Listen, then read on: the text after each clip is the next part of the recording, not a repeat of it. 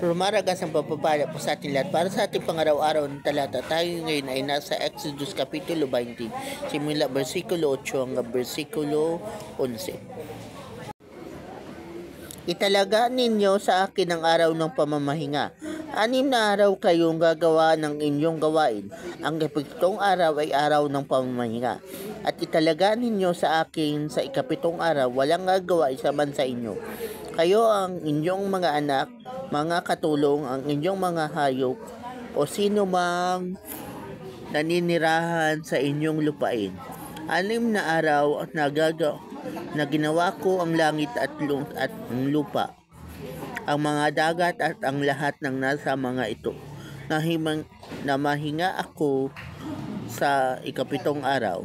Itinangi ko ito at itinalaga para sa akin.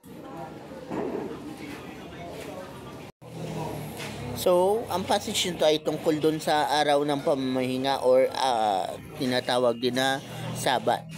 Pero sabi ng iba, ito ay Sabado. Yung iba naman, Linggo. So, anyway, ang Sabat ay araw ng pamamahinga. Pero sa New Testament, mababasa natin na si Jesus nagpapagaling ng mga may sakit at gumagawa ng mga milagro kahit sa araw ng pamamahinga o sa araw ng Sabat. Ang tanong, nilalabag ba ni Jesus yung kalooban ng Diyos? Or sinusuway niya ba yung itong batas na to ng Sabat? Syempre hindi. Kasi nga, si Jesus mismo nagsabi na siya ang Diyos ng Sabat.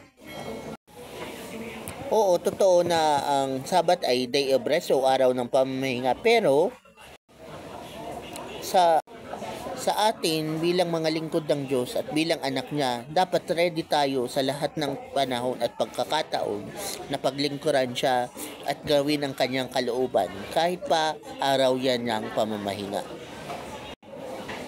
Ang Diyos ang nag-design ng day of rest or ng Sabat o ng araw ng pamamahinga, pero kapag inutusan ka ni Lord at may pinapagawa siya sa iyo, kahit pa yan araw ng pamamahinga, dapat ready ka all the time.